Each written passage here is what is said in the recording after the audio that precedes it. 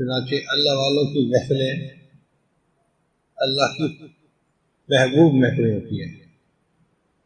سید الاولیاء سید الانبیاء ہمارے آقا اور سردار حضرت محمد مصطفیٰ صلی اللہ علیہ وسلم کی مبارک مجلس کا کیا عالم ہونا، جس میں بات کرنے والے صحابہ کرام تھے اور بات کرنے والے اللہ کے محبوب صلی اللہ علیہ وسلم تھے۔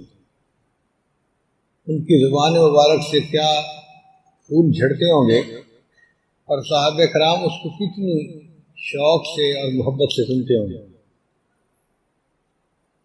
صحابہ کرام میں ان باتوں کو سننے کا اتنا شوق تھا، اتنا طلب تھا کہ وہ ہمتاً گوش ہو کر نبی اسلام کی باتیں سنتے تھے۔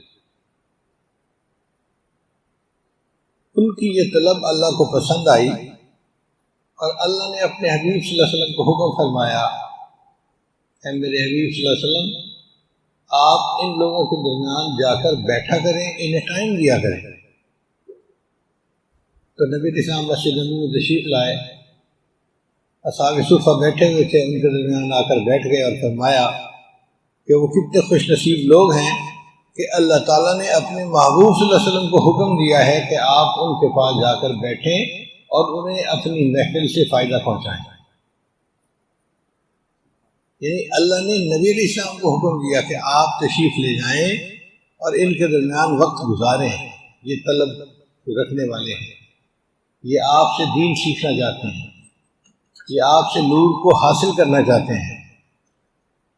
تو اے میرے حبیب صلی اللہ علیہ وسلم، آپ جائیے، یہ صبح شام اللہ کو یاد کرتے ہیں، آپ ان کو اللہ اللہ سکھائیے۔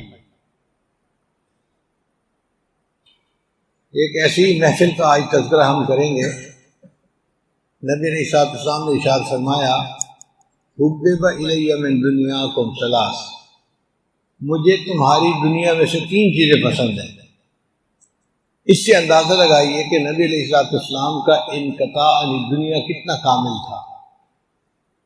یہ بھی نہیں کہا کہ مجھے اس دنیا سے 3 چیزیں پسند، نہیں، تمہاری دنیا سے، اپنا تو جیسے کوئی تعلق ہی نہیں ہوتا۔ اور واقعی ایسے ہی تھا کہ نبی علیہ السلام کا اس دنیا سے کوئی تعلق تھا ہی نہیں۔ فرمایا کہ مجھے تمہاری دنیا میں سے 3 باتیں اچھی لگتی ہیں۔ ایک خوشبو کا استعمال کرنا،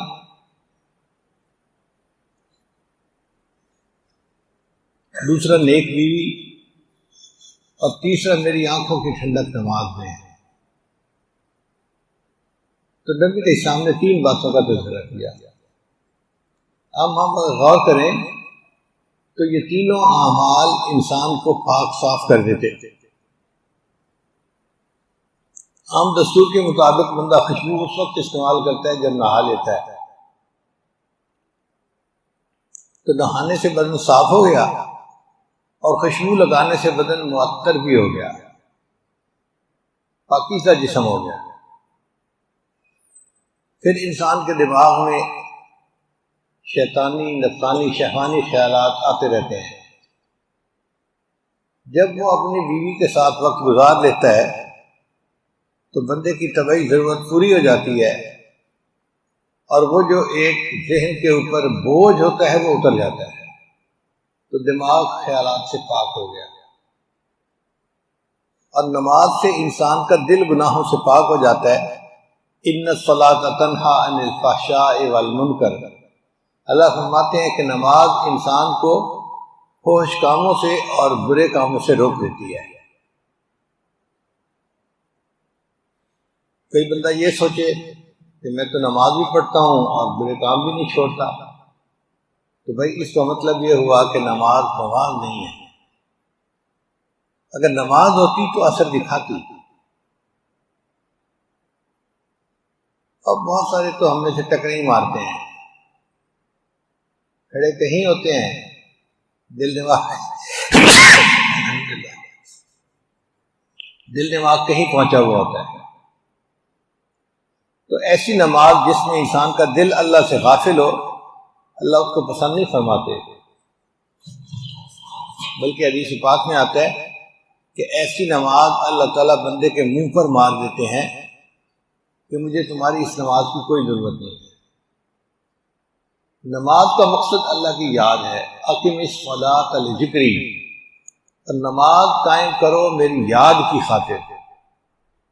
جب یاد ہی اللہ کی نہیں اس نماز میں تو نماز کہاں ہوئی؟ وہ تو اٹھک بیٹھک ہے، ایکسرسائز کی اور چلے گئے.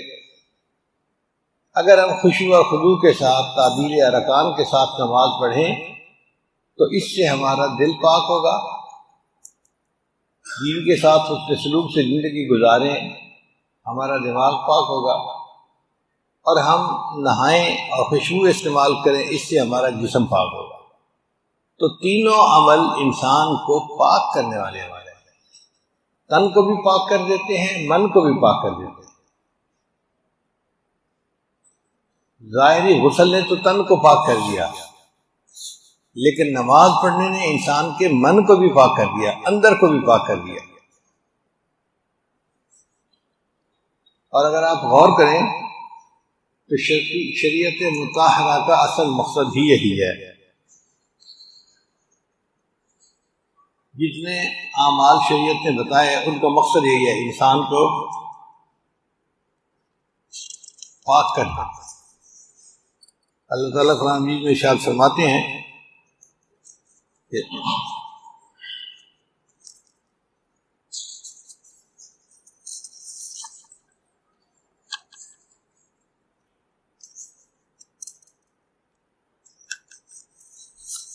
ما یرید اللہ لیجعل علیکم من حرج، اللہ تعالیٰ تمہارے اوپر کوئی بوجھ نہیں رکھنا چاہتے.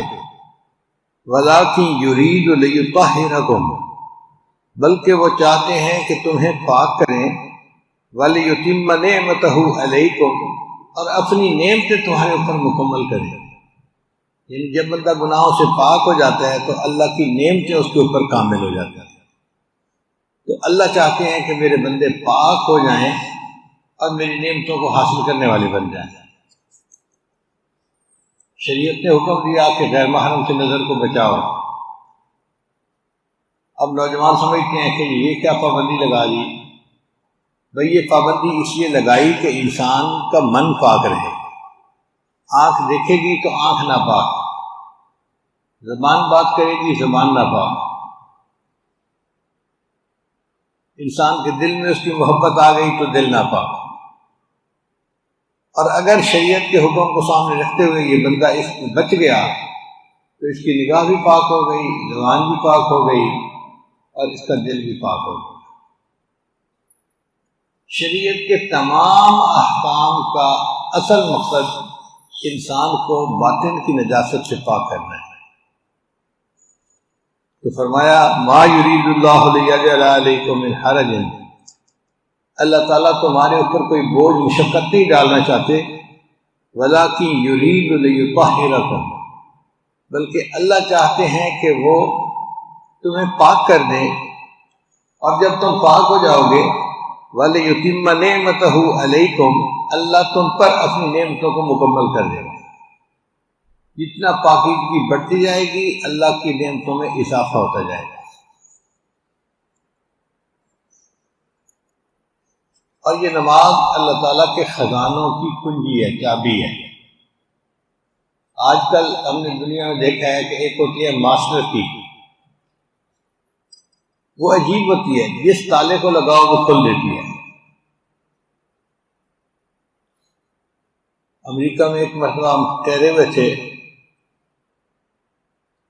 تو پولیس والے آ گئے چیک کرنے کے لیے، اور وہ بڑے آرام سے اندر پھر رہے ہیں. مجھے حیرت ہوئی کہ کسی نے دروازہ بھی ان کے لیے نہیں کھولا، تو یہ پولیس والے کہاں سے داخل ہو گئے؟ تو میں نے پولیس آفیسر سے سوال کیا کہ آپ ادارے میں کیسے داخل ہوئے؟ اس نے چابی دکھائی، کہتے ہیں یہ میرے پاس ماسٹر کی ہے. پوری دنیا میں جہاں بھی تالے بنتے ہیں اس کمپنی کے، یہ ان کو کھول سکتے. تو ماسٹر کی ایسی ہوتی ہے کہ ہر تالے کو کھول لیتی ہے. یہ نماز اللہ تعالیٰ کے خزانوں کو کھولنے کی ماسٹر کی ہے. جس بندے کو 2 رکعت نماز پڑھنی آ گئی، اب وہ اللہ کے خزانے سے جو چاہے لے لے. آج کل ATM مشین ہیں جن کا اکاؤنٹ ہوتا ہے نا، وہ جاتے ہیں اپنا کوٹ ڈالتے ہیں، کبھی 5,000 نکال لیا، کبھی 10,000 نکال لیا، یہ ان کی ثواب دید ہوتی ہے، ان پہ منحصر ہوتا ہے، جب چاہیں جتنا چاہیں پیسہ اس میں سے نکال لیں۔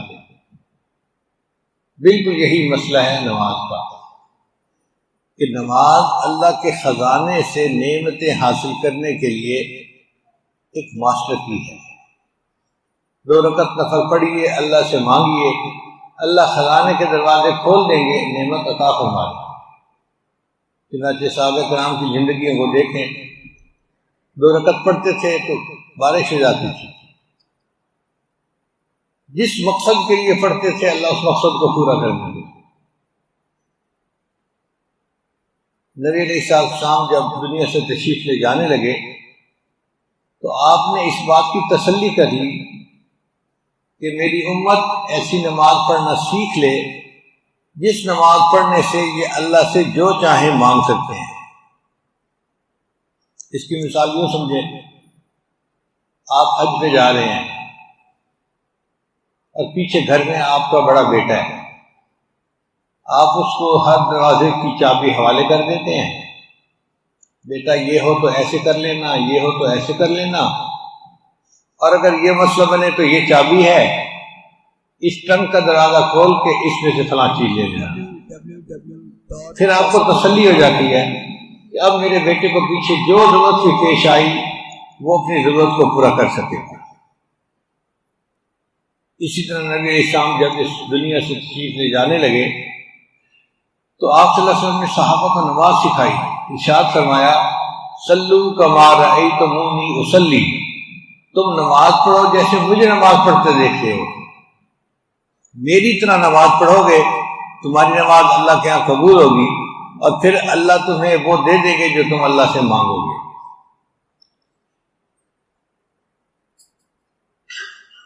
اس لیے نماز اللہ کو بہت پسند ہے،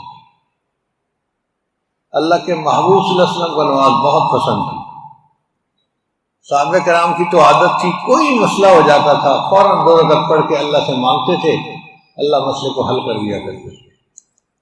جب سے ہمیں نماز پڑھنی بھولی ہمارے مسئلے ہی نہیں ختم ہوتے، ایک مسئلہ ختم نہیں ہوتا دوسرا اوپر سے، وہ ختم نہیں ہوتا تیسرا اوپر سے، ایسے لگتا ہے جیسے یہ پوری دنیا بس مسائلستان ہی بنی ہوئی ہے اور انسان انہی مسئلوں میں ہر وقت الجھا رہتا ہے۔ تو نبی علیہ السلام کو 3 اعمال پسند تھے، خوشبو، بیوی اور نماز۔ جب نبی علیہ السلام نے یہ بات بتائی تو سیدنا صدیق اکبر بھی تڑپ گئے، عرض کیا اے اللہ کے نبی صلی اللہ علیہ وسلم، مجھے بھی دنیا میں 3 باتیں بہت پسند ہیں۔ ابو بکر تمہیں 3 باتیں کون سی پسند ہیں؟ اے اللہ کے نبی صلی اللہ علیہ وسلم، آپ کے چہرے انور کو دیکھتے رہنا، یہ میرا پسندیدہ عمل ہے، بس آپ تشریف فرما ہو اور ابو بیٹھ کے اس چہرے انور کو زیارت کرتا رہے، یہ میرا ایک پسندیدہ کام ہے۔ دوسرا آپ کے اوپر اپنے مال کو خرچ کرنا، اور تیسرا یہ کہ میری بیٹی عائشہ آپ کی بیوی آپ کے نکاح میں ہے، یہ بات بھی مجھے بہت اچھی لگتی ہے۔ چہرے انور کی زیارت کرتے رہنا، اپنا مال خرچ کرنا اور اپنی بیٹی کو نکاح کے لیے پیش کرنا، یہ صدیق اکبر کے پسندیدہ اعمال تھے۔ ان اعمال کو سن کر یوں لگتا ہے کہ سیدنا صدیق اکبر عشق نبوی میں سب صحابہ سے آگے بڑھ گئے۔ چنانچہ ایک مرتبہ حضرت صدیق اکبر رو رہے تھے، کسی نے پوچھا حضرت کیا ہوا؟ فرمانے لگے کہ اللہ نے مجھے مال دیا ہے،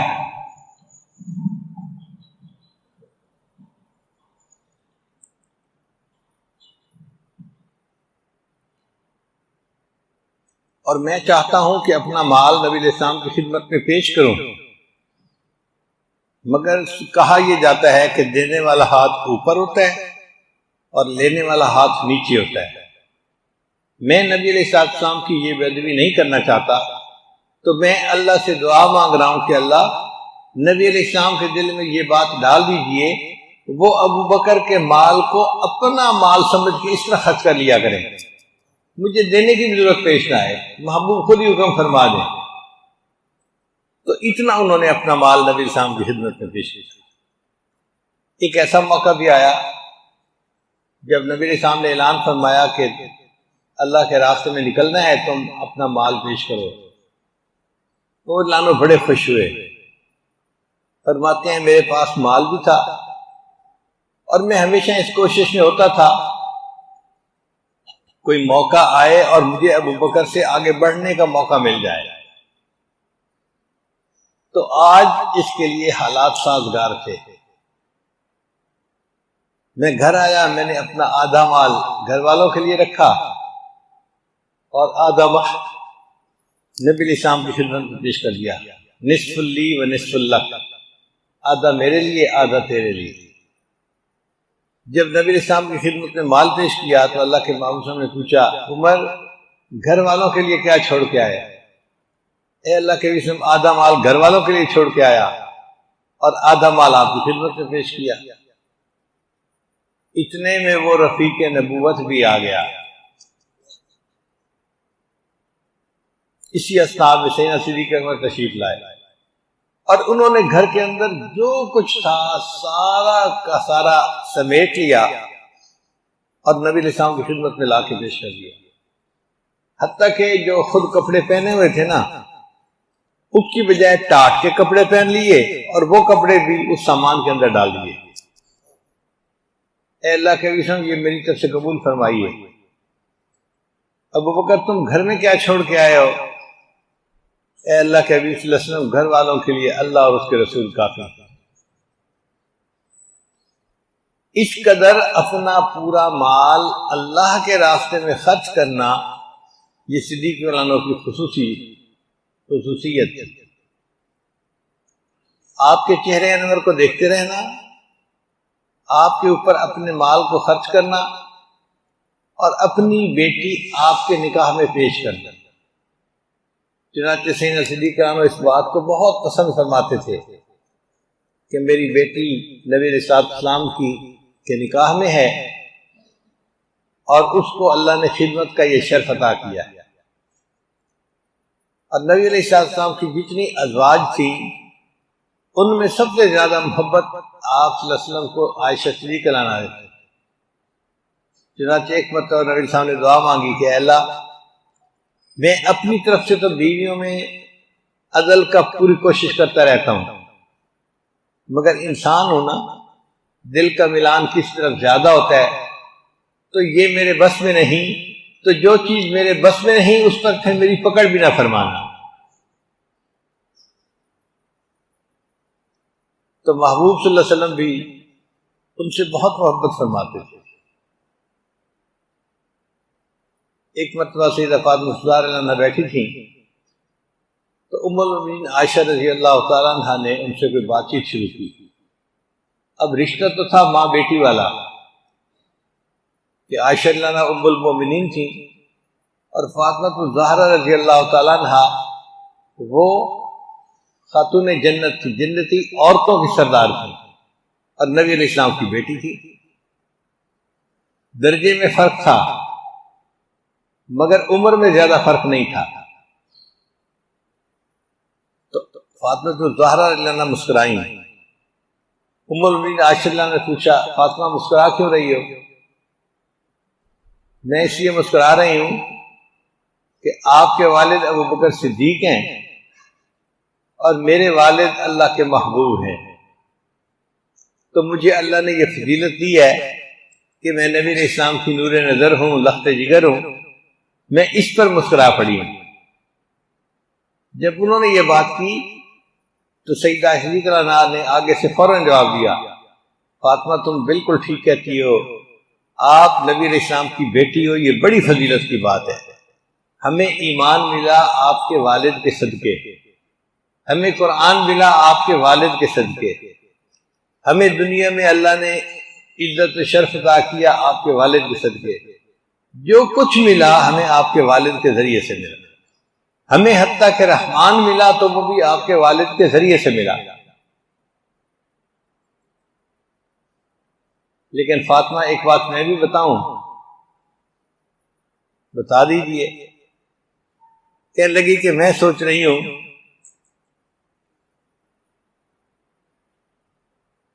کہ آپ نبی علیہ السلام کی بیٹی ہیں اور میں ابو بکر کی بیٹی ہوں، لیکن جب قیامت کا دن ہوگا تو اللہ تعالیٰ اپنے بندوں کو جنت جانے کا حکم دیں گے۔ جب آپ جنت جائیں گی تو آپ کے ساتھ حضرت علی عنہ ہوں گے، وہ آپ کے ساتھ ایک جگہ پر اکٹھا بیٹھیں گے تخت کے اوپر، اور فاطمہ جب میں جاؤں گی تو میرے ساتھ اللہ کے محبوب جنت میں جائیں گے اور مجھے ان کے ساتھ تخت پہ بیٹھنے کی سعادت ملے گی۔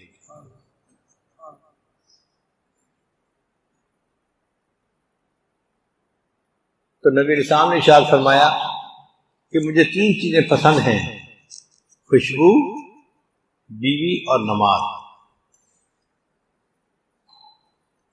نماز چونکہ اللہ کے خزانوں کی کنجی ہے، اس کو سیکھنا چاہیے اور اچھے انداز سے پڑھنے کی کوشش کرنی چاہیے۔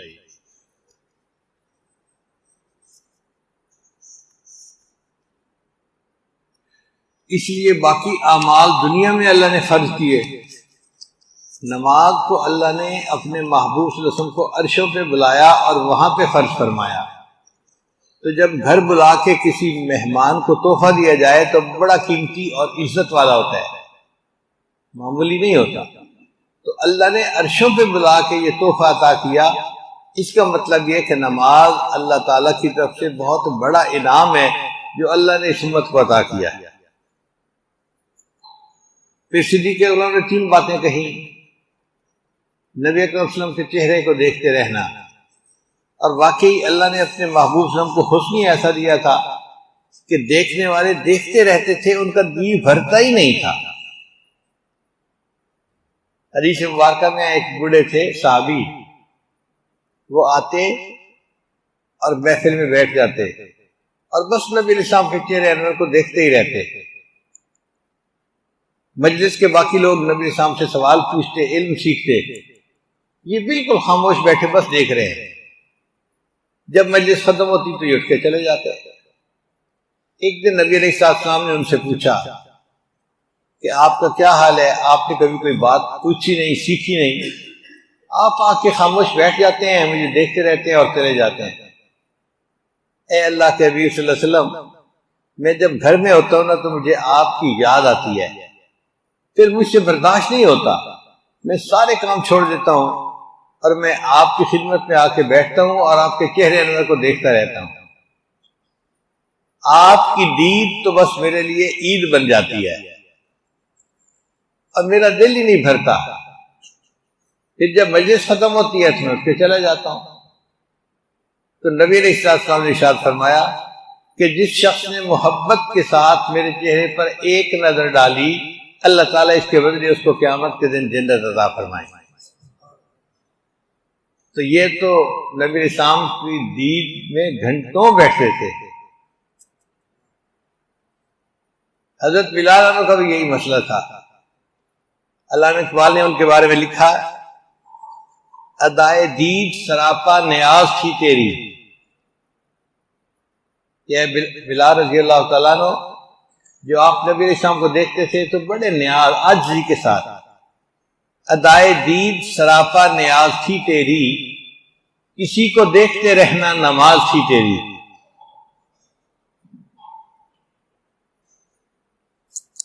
اور اے حضرت بلال رضی اللہ تعالیٰ عنہ، آپ جو نبی علیہ السلام کو بیٹھ کے دیکھتے رہتے تھے، یہ گویا آپ نماز محبت ادا کرتے تھے، نماز عشق ادا کرتے تھے، آپ نماز کی حالت میں ہوتے تھے۔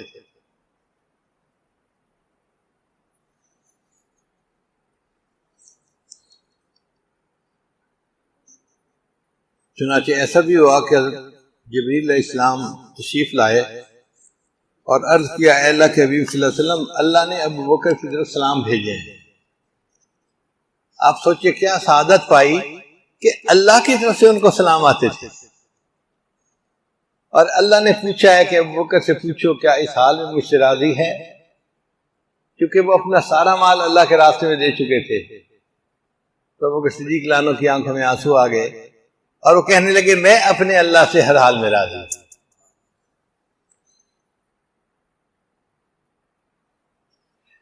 جب ابو بکر صدیق لانو نے 3 باتیں بتائیں کہ ان کو کون سی 3 باتیں زیادہ پسند ہیں، تو عمر لانو بھی بولے کہ مجھے بھی 3 چیزیں دنیا کی بہت پسند ہیں۔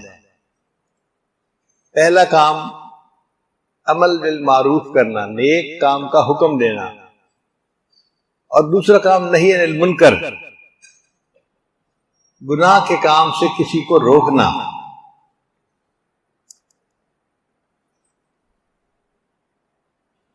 اور تیسری چیز جو دنیا میں مجھے پسند ہے وہ ہے سادہ لباس پہننا۔ ایک ہوتا ہے سہولت کا لباس، وہ جائز ہے۔ ایک ہوتا ہے دکھاوے کا لباس، لوگوں کو دکھانے کے لیے لباس بنانا، وہ ناجائز ہے۔ اور اکثر یہ دیکھا گیا ہے کہ عورتوں میں دکھاوے کا لباس زیادہ ہوتا ہے۔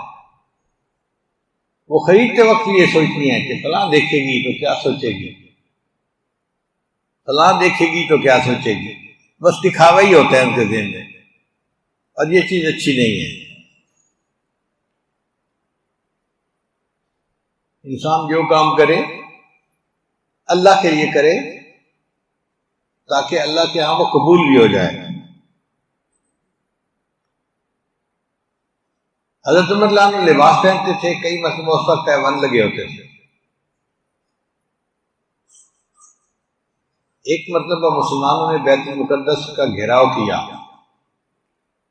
کئی دن تک لڑائی ہوتی رہی مگر بیت المقدس فتح نہیں ہوا۔ تو جو یہودیوں کے علماء تھے انہوں نے مسلمانوں کو مذاکرات کی دعوت دی کہ جی آپ ہمارے ساتھ مل بیٹھے اور ہم بات چیت سے مسئلہ حل کر لیتے ہیں۔ تو جو سپہ سالار تھے مسلمانوں کے، انہوں نے بات چیت کی تو یہودیوں نے کہا کہ دیکھیں ہماری کتابوں میں نشانیاں موجود ہیں کہ کون بندہ بیت المقدس کو فتح کرے گا، آپ اپنے امیر المومنین کو بلا لیجئے، اگر وہ نشانیاں ہمیں نظر آ گئیں تو ہم بغیر لڑائی کے چابی حوالے کر دیں گے، اور اگر وہ نشانیاں نظر نہ آئیں تو تم جو مرضی زور لگا لینا، تم بیت المقدس کو فتح نہیں کر سکتے۔ تو جو امیر لشکر تھے انہوں نے عمر لانو کو خط بھیجا کہ یہ آپ تشریف لائیے، آپ کے آنے سے یہ مسئلہ حل ہو سکتا ہے۔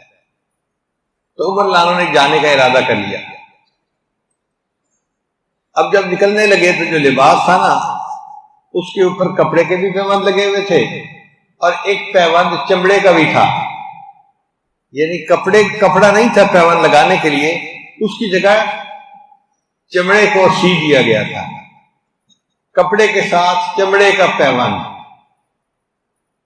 تو بعض صحابہ کرام نے کہا امیر المومنین آپ کفار کے سامنے اسلام کے نمائندہ بن کر جا رہے ہیں، آپ ذرا اچھے کپڑے پہن لیجئے تحدیث نعمت کے طور پہ، ہم اتنے بھی گئے گزرے نہیں کہ ہمیں کچھ ملتا ہی نہیں، تو مناسب کپڑے پہن لیجئے۔ حضرت اللہ نے ان کے کہنے پہ ذرا صاف ستھرے کپڑے پہن لیے، لیکن جب سفر پہ چل پڑے تو دل میں خیال آیا کہ یہ کپڑے تو میں نے لوگوں کے کہنے پہ پہنے ہیں، اور مقصد یہ تھا کہ لوگ اس کو دیکھیں تو خوش ہو جائیں۔ پھر اپنے غلام کو فرمانے لگے کہ میں اپنے دل میں خلش محسوس کر رہا ہوں، لہذا وہ کپڑے اتار دیے اور جو پرانے کپڑے پہنے ہوئے تھے نا ٹاٹ کے لباس والے، وہی پہن لیے دوبارہ، اور غلام سے طے کیا کہ بندے 2 ہیں سواری 1 ہے، تو ایک منزل آپ سوار ہونا، میں پیدل چلوں گا، دوسری منزل میں سوار ہوں گا، آپ پیدل چلیں گے، تاکہ آرام بھی ہوتا رہے اور آسانی بھی ہوتی رہے۔ چنانچہ سفر کرتے کرتے کرتے اللہ کی شان دیکھیں کہ جب آخری ٹرن لینے کا وقت تھا کہ سامنے بیت المقدس تھا اور یہودیوں کے علماء انتظار میں تھے، تو وہ ٹرن تھی غلام کے سواری پر بیٹھنے کی اور امیر المومنین کے پیدل چلنے کی۔ تو عمر اللہ عنہ نے اونٹ کی نکیل پکڑی اور پیدل چل پڑے اور اپنے غلام کو اوپر بٹھا دیا۔ اس نے بڑی کوشش کی کہ حضرت میں اختیار آپ کو دے رہا ہوں، آپ اونٹ پہ بیٹھ کے جائیے یا گھوڑے پہ بیٹھ کے جائیے، آپ مسلمانوں کی نمائندگی کر رہے ہیں۔ اللہ نے کہا نہیں، باری بنائی تھی، اب اگر تیری باری ہے تو آپ بیٹھو اور میں ہی پیدل چلوں گا۔ دنیا نے ایسا منظر نہیں دیکھا ہوگا کہ غلام تو سواری پر بیٹھا ہے اور آقا اس سواری کی مہار پکڑ کے پیدل چل رہا ہے، اور کپڑے بھی وہ پہنے ہوئے ہیں کہ جس میں چمڑے کا پیمان لگا ہوا ہے۔ اور اللہ کی شان دیکھیں کہ یہی نشانیاں تورات کے اندر لکھی ہوئی تھی نبی اسلام کے صحابہ کے بارے میں، کہ جب یہ بندہ آئے گا تو بیت المقدس کو یہ فتح کرے گا۔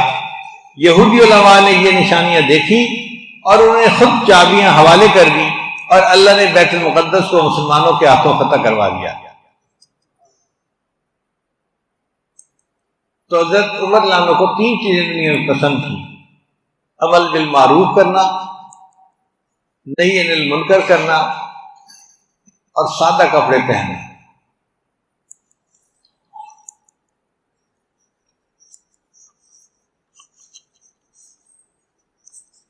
پھر اس کے بعد سیدنا عثمان غنی اللہ عنہ نے بتایا، اے اللہ کے حبیب صلی اللہ علیہ وسلم، مجھے بھی دنیا میں 3 چیزیں بہت پسند ہیں۔ ایک، بھوکوں کو کھانا کھلانا، دوسرا، جن کے پاس لباس نہ ہو انہیں لباس سلوا کر دینا، ننگوں کو لباس پہنانا، اور تیسری محبوب چیز جو مجھے دنیا میں ہے نا، وہ ہے قرآن مجید کی تلاوت کرنا۔ وہ عاشق قرآن تھے، ان کا دل چاہتا تھا کہ میں ہر وقت اللہ کا قرآن پڑھتا رہوں۔ تو عثمان رضی اللہ عنہ نے 3 چیزیں بتائیں: بھوکوں کو کھانا کھلانا، اور یہ چیز اللہ کو بہت پسند ہے کہ ایک بندہ دوسرے کی بھوک کو دیکھتے ہوئے اس کو اللہ کے لیے کھانا کھلائے۔ یہ عمل اتنا عظیم ہے کہ ایک مرتبہ حضرت علی اللہ عنہ نے اور سیدہ فاطمہ الزہرا رضی اللہ تعالیٰ عنہا نے منت مانی، ہمارے بچے بخار میں ہیں، اگر شفا یاب ہو گئے تو ہم 3 روزے رکھیں گے۔ اللہ نے بچوں کو شفا دے دی، اور دونوں میاں بیوی نے نفل روزے رکھنے کا فیصلہ کیا۔ چنانچہ پہلے دن روزہ رکھا، پھر افطاری کے لیے کچھ تھوڑا بہت تیار کیا گیا۔ ابھی افطاری کی نہیں تھی، دروازے پہ کوئی مسکین آ گیا، آواز لگائی، میں مسکین ہوں، اس دروازے پر آیا ہوں کہ میں خالی نہیں جاؤں گا۔ تو میاں بیوی نے جو کھانا اپنے لیے پکا تھا نا افطاری کا، وہ اٹھا کر اس مسکین کو دیا، اور خود پانی سے افطاری کر لی اور پانی سے روزہ رکھ لیا۔ اب اگلے دن بھوک سے حالت بہت خراب، دن گزارنا مشکل ہو گیا۔ پھر کچھ کھانا تیار کیا گیا کہ افطاری میں کھائیں گے۔ اس دن ایک یتیم آ گیا، اس نے کہا جی میں یتیم مدینہ ہوں اور اس لیے آیا ہوں کہ میں یہاں سے خالی نہیں جاؤں گا۔ تو دونوں نے اپنا کھانا اٹھا کے اس کو دے دیا اور خود پانی سے افطار کر لیا۔ پھر تیسرے دن روزہ بھی پانی سے رکھ لیا۔ جب تیسرے دن افطاری کا وقت آیا تو دروازے پر ایک آدمی آ گیا، جی میں قیدی ہوں اور مجھے بھوک لگی ہے اور کھانا دے دیجیے۔ انہوں نے تیسرے دن بھی اپنا کھانا دے دیا اور خود پانی سے افطار کر کے صبر کر لیا۔ اللہ نے قرآن مجید میں ان کی شان میں آیتیں اتاری، وَيُطْعِمُونَ الطَّعَامَ عَلَىٰ حُبِّهِ مِسْكِينًا وَيَتِيمًا وَأَسِيرًا۔ وہ اللہ کی محبت میں بندوں کو کھانا کھلاتے ہیں، یتیم کو، اسیر کو اور مسکین کو۔ آج کل کے دور میں اس کا دھیان ذرا کم رہتا ہے۔ حالات ہی ایسے بن گئے ہیں کہ پڑوسی کو اپنے پڑوسی کا پتہ نہیں ہوتا، بس خود کھا لیا، پیٹ بھر لیا، اللہ اللہ خیر صلی اللہ۔ حدیث مبارکہ میں آتا ہے قیامت کے دن ایک بندہ اللہ کے سامنے کھڑا ہوگا، اللہ فرمائیں گے میرے بندے میں بھوکا تھا دنیا میں، تو نے مجھے کھانا نہیں کھلایا، میں پیاسا تھا تو نے مجھے پانی نہیں پلایا، اور میرے بندے میں بیمار تھا تو نے میری طبع پرسی بھی نہیں کی۔ تو وہ بندہ بڑا حیران ہوگا، یا اللہ آپ تو ان چیزوں سے منزہ اور مبرہ ہیں، آپ کو تو یہ حاجات نہیں ہیں کہ آپ کو بھوک لگے یا پیاس لگے یا آپ بیمار ہو آپ کو شفا کی ضرورت ہو، آپ کیسے کہتے ہیں کہ تو نے مجھے کھانا نہ کھلایا، پانی نہیں پلایا؟ اللہ فرمائیں گے ہاں فلاں موقع پر تیرا پڑوسی جو ہے وہ بھوکا تھا، اگر اس پڑوسی کو تو کھانا کھلاتا ایسا ہی ہوتا جیسے تو نے مجھے کھانا کھلایا ہوتا، پڑوسی کو پانی پلاتا تو ایسا ہی ہوتا جیسے تو نے مجھے پانی پلایا۔ اس دن پتہ چلے گا کہ اللہ کے ہاں ان اعمال کا کیا مقام تھا۔ صحابہ کرام اس چیز کا بہت اہتمام کرتے تھے، بلکہ ایک تو ایسے صحابی تھے کہ جو روزانہ دسترخوان لگاتے تھے اور اعلان تھا کہ جس کو بھوک لگی ہے آئے اور کھا جائے، اور وہ روزانہ 4 اونٹ ذبح کیا کرتے تھے۔ ایک بکرا جس گھر میں ذبح ہو جائے نا، ہمارے حساب سے وہاں 100-200 بندے کھانا کھا سکتے ہیں۔ اگر ایک بکرا ذبح ہو گھر میں 100-200 بندے کھانا کھا لیتے ہیں، تو جس گھر میں روزانہ 4 اونٹ ذبح ہوں گے وہاں کتنے لوگ کھانا کھائیں گے؟ ہمارے قریب تعلق والے ہیں نور پور چھل کے علاقے کے بندے، وہ ہر مہینے 1 اونٹ اللہ کے لیے ذبح کرتے ہیں، اور جس دن اونٹ ذبح کرتے ہیں پورے گاؤں والوں کو وہ کھانے کی دعوت دیتے ہیں۔ چنانچہ پلاؤ بنوا دیا، گوشت بنوا دیا، دسترخوان لگوا دیا، پورے گاؤں کے لوگ اس وقت ان کے دسترخوان پہ کھانا کھاتے ہیں۔ کئی سالوں سے یہ ہو رہا ہے، اور پورے گاؤں کے لیے 1 اونٹ کافی ہو جاتا ہے۔ تو جس صحابی کے دسترخوان پر روزانہ 4 اونٹ ذبح ہوتے تھے تو وہاں کتنے لوگ کھانا کھاتے ہوں گے؟ حضرت عمر عنہ کے بارے میں آتا ہے کہ ان کے دسترخوان پر روزانہ 60,000 بندے کھانا کھاتے تھے۔ اب بتائیے 60,000 بندے کھانا کھاتے تھے، اللہ نے ان کو کتنے بڑے دل دیے تھے۔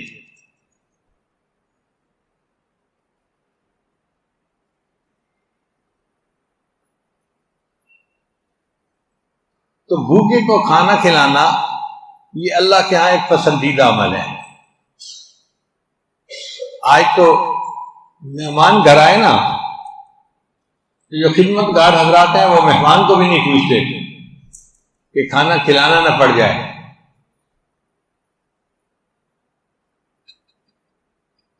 ایک صاحب کہنے لگے کہ کھانا تو آپ کھا کے آئے ہوں گے، اب آپ کو ٹھنڈا پلائیں یا گرم پلائیں؟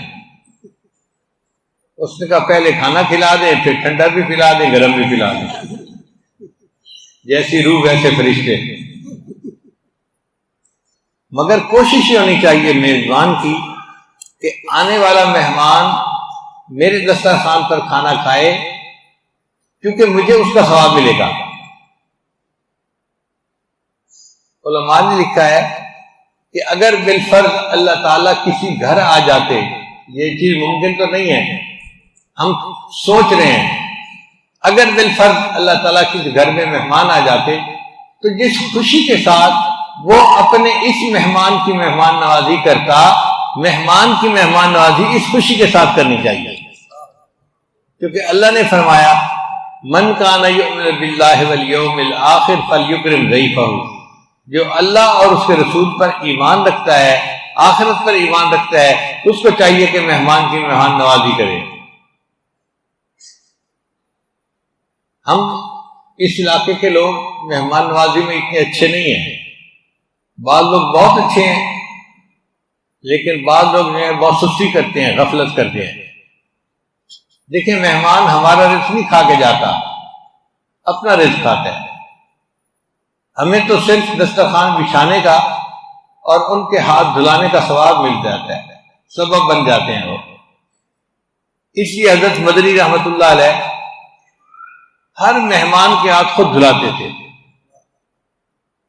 باقی کھانا شاگرد لگاتے، لیکن ہاتھ دھلانے کے لیے حضرت خود ہاتھ دھوتے۔ اب اکثر مہمان ان کے شاگرد ہوتے تھے تو وہ نہیں پسند کرتے تھے کہ حضرت ہاتھ دھلائیں، تو حضرت اصرار کرتے تھے۔ چنانچہ ایک دفعہ حضرت مولانا نصیر الدین غورغشتوی رحمت اللہ علیہ ان کے یہاں گئے تو حضرت نے ان کو کھانے پہ بلایا اور اپنے ہاتھ میں لوٹا پانی کا لے لیا اور ایک برتن لے لیا ہاتھ دھلانے کے لیے۔ تو حضرت مولانا نصیر الدین غورغشتوی رحمت اللہ نے کہا کہ حضرت آپ ایسا کام کیوں کرنا چاہتے ہیں کہ مہمان کے دل کے اندر انقباض ہو، بوجھ ہو؟ آپ استاد ہیں، آپ ہاتھ دھلائیں گے تو ہمارا دل کہاں خوش ہوگا؟ آپ ایک کام ایسا نہ کریں۔ تو جب انہوں نے یہ کہا تو حضرت مولانا حسین احمد مدنی رحمۃ اللہ نے حدیث پاک پڑھی کہ اللہ نے فرمایا ہے جو شخص اللہ پر اور قیامت کے دن پر ایمان رکھتا ہے اس کو چاہیے کہ مہمان کی مہمان نوازی کرے، اور فرمایا کہ ہم تو بھئی مہمان نوازی آپ کی کریں گے، آپ کو بوجھ ہوتا ہے یہ نہیں ہوتا، یہ تمہارا مسئلہ ہے، میرا مسئلہ نہیں ہے، میں تو ہاتھ دھلاؤں گا۔ پھر انہوں نے ہاتھ دھو لیے۔ تو کوشش یہ ہو کہ آنے والا ہاتھ دھوئے، دسترخوان پہ بیٹھے اور جو نصیب میں ہے اپنا کھائے۔ وہ ہمارا رزق نہیں کھائے گا، اپنا رزق کھائے گا۔ اللہ تعالیٰ مہمان کو بعد میں بھیجتے ہیں، مہمان کا رزق پہلے بھیج دیا کرتے ہیں۔ ہمارے پاس بھی ایک ایسے ہی خادم ہے، مجھے لگتا ہے جب بھی کوئی مہمان آتا ہے نا تو وہ دل دل میں دعا مانگ رہے ہوتے ہیں، اللہ کرے یہ چلے جائیں اور کچھ کھلانے کی ضرورت ہی پیش نہ آئے۔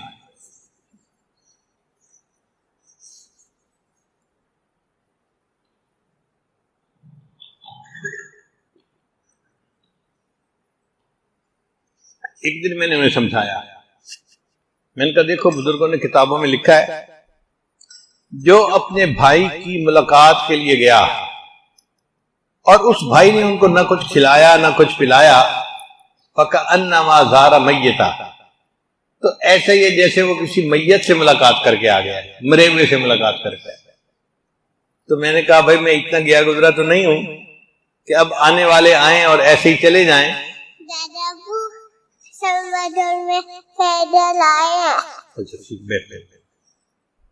تو آپ آنے والوں کو کچھ نہ کچھ ضرور کھلایا کریں۔ اب ان کی کوشش ہوتی ہے کہ جیسے مہمان کو دیکھتے ہیں نا تو ان کو فکر ہوتی ہے میں نے چائے منگانی ہے، بسکٹ منگانے ہیں، دسترخوان لگانا ہے، ان کے چہرے پہ ذرا خوشی نظر آتی ہے، تو احساس ہوتا ہے کہ ہاں ان کا دل چاہتا ہے کہ آنے والا مہمان کچھ نہ کچھ کھا کے جائے، ہمارے لیے اجر کا باعث بن جائے۔ تو بھوکوں کو کھانا کھلانا، چنانچہ انڈیا میں ایک بزرگ گزرے ہیں، انہوں نے اپنا دسترخوان لگا دیا تھا اور پورے شہر میں اعلان کر دیا تھا جس کسی نے کھانا کھانا ہو وہ میرے دسترخوان پہ آ کے کھانا کھائے۔ اب بہت مجمع ہوتا جو کھانا کھاتا اور وہ کھلاتے رہتے۔ ایک مرتبہ خواب میں نبی علیہ السلام کی زیارت نصیب ہوئی تو نبی علیہ السلام نے ان کو فرمایا آپ اللہ کی دعوت تو روز کرتے ہیں اور میری دعوت آپ نے کبھی کی نہیں۔ تو وہ بڑے پریشان ہوئے کہ محبوب صلی اللہ علیہ وسلم کے فرمانے کا مطلب کیا ہے، اور مشائخ علماء سے خواب کی تعبیر پوچھی، چنانچہ بعد نے یہ بتلایا کہ آپ اللہ کی نسبت سے غریبوں کو کھانا کھلاتے ہیں، یہ اللہ کی دعوت ہو گئی۔ اگر کبھی نبی علیہ السلام کی نسبت سے کھانا کھلائیں کسی کو تو وہ نبی علیہ السلام کی دعوت ہوگی۔ اب نبی علیہ السلام کی نسبت سے کھانا کس کو کھلانا ہے؟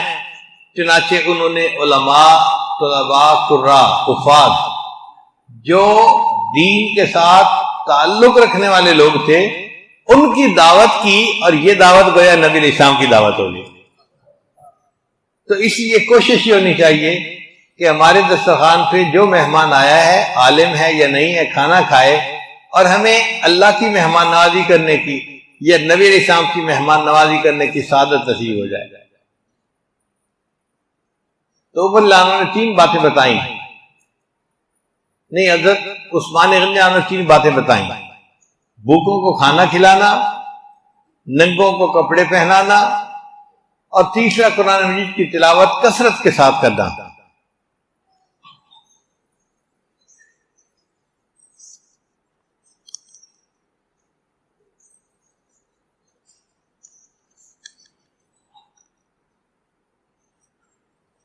حضرت عثمان غنی رضی اللہ عنہ قرآن مجید کی تلاوت کر رہے تھے جب ان کو شہید کیا گیا، اور ان کے خون کا جو قطرہ قرآن پاک پر گیا تو وہ لفظ تھا فَسَيَكْفِيكَهُمُ اللَّهُ، اور ان کے لیے اللہ کافی ہے. اور ہم یہ امید کرتے ہیں کہ قیامت کا دن سیدنا عثمان غنی عنہ وہ شہید ہوں گے کہ جو دوسروں سے انوکھی شان رکھتے ہوں گے. جو عام شہید ہیں، کسی کی شہادت مٹی دے گی، کسی کی شہادت پتھر دے گا، کسی کی شہادت درخت دے گا، لیکن عثمان غنی عنہ کی شہادت اللہ کا قرآن دے گا.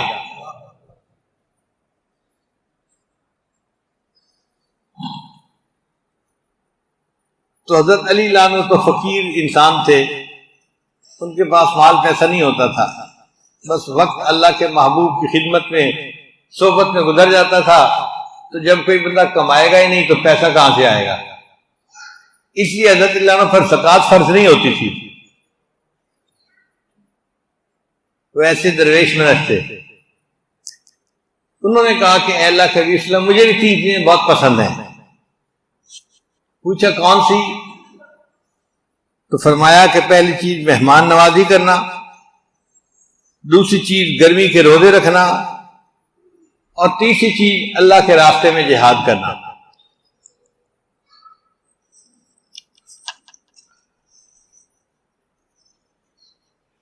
روزوں کا اپنا مزہ ہے.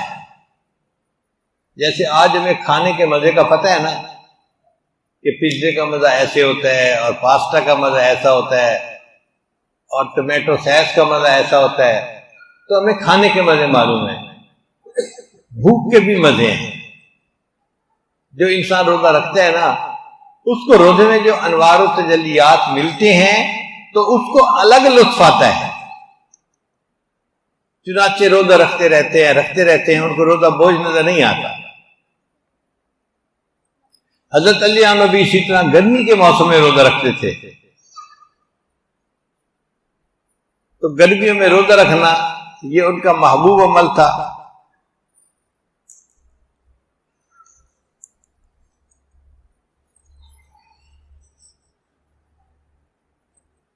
اور دوسرا عمل تھا مہمان نوازی کرنا،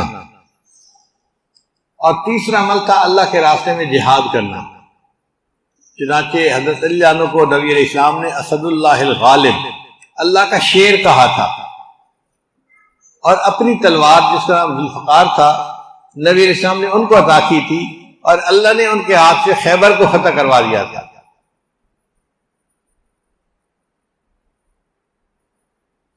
تو نبی علیہ السلام کو 3 باتیں پسند تھیں: خوشبو لگانا، بیوی، اور تیسرا نماز. ابوبکر صدیق رضی اللہ عنہ کو بھی 3 باتیں پسند تھیں: نبی علیہ السلام کے چہرے انور کو دیکھتے رہنا، نبی علیہ السلام پہ مال خرچ کرنا، اور اپنی بیٹی نبی علیہ السلام کے نکاح میں پیش کرنا. اور عمر رضی اللہ عنہ کو بھی 3 چیزیں پسند تھیں: امر بالمعروف کرنا، نہی عن المنکر کرنا، اور سادہ لباس پہننا. اور عثمان غنی رضی اللہ عنہ کو بھی 3 چیزیں پسند تھیں: بھوکوں کو کھانا کھلانا، ننگوں کو کپڑا پہنانا، اور قرآن مجید کی تلاوت کثرت کے ساتھ کرنا. اور حضرت علی رضی اللہ عنہ کو بھی 3 چیزیں پسند تھیں: ایک تھی مہمان نوازی کرنا، اور دوسری چیز تھی گرمی کے موسم میں روزے رکھنا، نفلی روزے، اور تیسرا اللہ کے راستے میں جہاد کرنا. جب یہ باتیں مکمل ہو گئی تو جبریل علیہ السلام تشریف لائے اور عرض کیا: اے اللہ کے حبیب صلی اللہ علیہ وسلم، آپ نے بھی 3 باتیں بتائیں جو آپ کو پسند ہیں. اور آپ کے چاروں یاروں نے بھی 3 باتیں بتائیں، تو میرا دل چاہا کہ میں بھی آ کے بتاؤں کہ مجھے بھی 3 چیزیں پسند ہیں۔ یہ 3 چیزیں جبریل علیہ السلام کو پسند تھیں۔ کیسے اعمال ہوں گے؟ پہلی چیز غریبوں سے محبت کرنا، یہ جبریل علیہ السلام کا پسندیدہ عمل۔ آج لوگ مال کی وجہ سے رشتے رکھتے ہیں اور غریب کی طرف تو آنکھ اٹھا کے بھی نہیں دیکھتے۔ تو جبریل علیہ السلام نے کہا اے اللہ کے رسول، مجھے 3 عمل دنیا کے بہت پسندیدہ ہیں۔ پہلا عمل عبادت گزار غریبوں سے محبت کرنا، دوسرا کثیر العیال تنگ دستوں سے محبت کرنا، جن کی اولاد زیادہ ہو اور خرچے میں تنگی ہو تو ایسے لوگوں کے ساتھ محبت کرنا، یہ بھی دوسرا عمل مجھے پسند ہے۔ غریب لوگوں کے ساتھ محبت کرنا اور کثیر العیال لوگوں کے ساتھ محبت کرنا۔ اور تیسری بات، جو بندہ راستہ بھول جائے اس کو راستہ دکھانا، گمراہ کو راستہ دکھانا۔ اس سے مراد دنیا کا راستہ بھول جائے اس کو راستہ دکھانا بھی ہے، اور اگر کوئی گناہوں کی زندگی میں پڑ جائے تو اس کو سمجھا بجھا کے نیکی کی طرف لانا، یہ بھی اچھا سیدھا راستہ دکھانے والے کی مانند ہے۔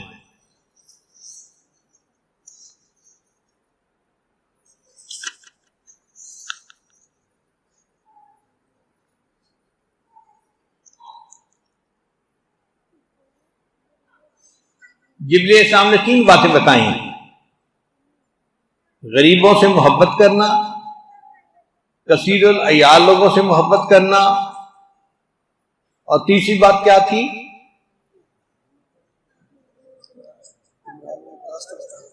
گمراہ بندے کو راستہ بتانا۔ تو اس کے بعد جبریل علیہ السلام نے ایک اور بات بتائی، اے اللہ کے نبی صلی اللہ علیہ وسلم، میں اپنی مرضی سے نہیں آیا، مجھے اللہ نے بھیجا ہے، اور اللہ نے فرمایا ہے جبرائیل جاؤ اور اس مجلس میں 3 باتیں وہ بتاؤ جو مجھے بہت پسند ہیں۔ تو یہ 3 باتیں جو اللہ کو پسند ہیں، پہلی بات، فاقے پر صبر کرنے والا بندہ۔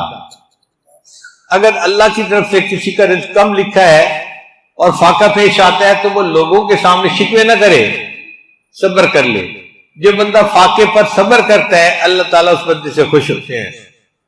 دوسرا، نیکی میں سبقت کرنے والا بندہ، جس بندے کے اندر یہ شوق ہونا کہ میں تکبیر اولیٰ میں پہنچ جاؤں، میں تہجد کی نماز پابندی سے پڑھوں، میں روزہ رکھوں، میں یہ کروں، میں وہ کروں، نیکی میں آگے بڑھوں، یہ نیکی میں آگے بڑھنے کا شوق رکھنے والا بندہ اللہ کو بڑا پسند ہوتا ہے۔ اور تیسری چیز، اپنے گناہوں پہ نادم ہونے والا بندہ۔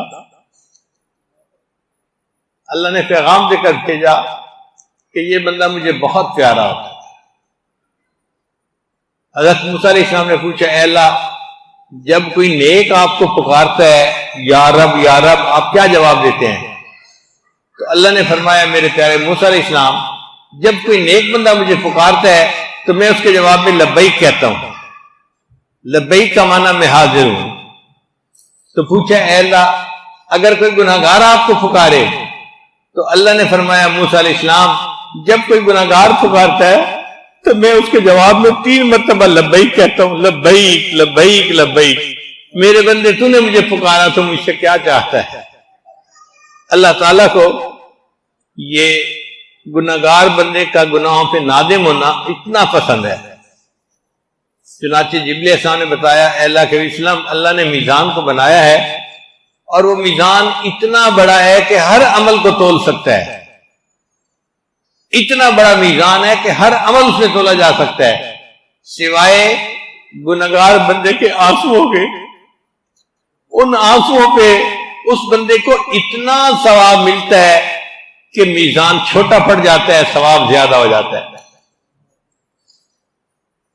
یہ ہماری خوش نصیبی ہے کہ زندگی کے کچھ ایام باقی ہیں، ہم اپنی غلطی کوتاہیوں پر اللہ کے سامنے نادم اور شرمندہ ہو جائیں، سچی توبہ کر لیں اور یہ دعا کریں کہ یا اللہ، آپ کو گنہگار کا رونا پسند ہے، ہمیں رونے والی آنکھیں عطا فرما، اور دل میں گناہوں پہ نادم ہونے والا دل عطا فرما۔ یہ تین چیزیں یاد رکھیے کہ نبی علیہ السلام کو کون سی پسند تھیں، ابو بکر صدیق لانوں کو کون سی پسند تھیں، عمر لانوں کو، عثمان، حضرت علی لانوں کو، اور جبرائیل علیہ السلام کو کون سی تین چیزیں پسند تھیں، اور میرے اللہ کو کون سی تین چیزیں پسند ہیں۔ اور پھر دل میں نیت کیجئے ہم ان تمام اعمال کو اپنائیں گے اور اپنی زندگی کے اوپر عمل کریں گے۔ اور یہ بھی ذہن میں سوچ لیجئے کہ اگر بالفرض ہم سے کوئی پوچھے کہ آپ کو زندگی میں کون سی تین چیزیں پسند ہیں تو ہم کیا جواب دیں گے؟ ذرا اس پر غور کر لیجئے۔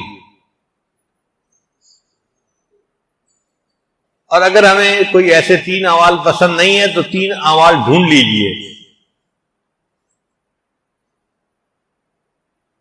مثلا اللہ کا ذکر کثرت کے ساتھ کرنا ایک عمل یہ بھی ہو سکتا ہے، اللہ والوں کے ساتھ محبت کرنا اور ان کی محفل میں بیٹھنا یہ بھی ایک عمل ہو سکتا ہے۔ اس طرح تین عمل ہم بھی اپنی زندگی میں سوچ لیں کہ اگر اللہ ہم سے پوچھے گا تو ہم بھی بتائیں گے کہ اللہ ہمیں دنیا میں تین چیزیں پسند تھیں۔ پھر ان اعمال کو محبت کے ساتھ کیجئے اور قیامت کے دن کی سرخروئی حاصل کیجئے۔ وآخر دعوانا ان الحمد للہ رب العالمین۔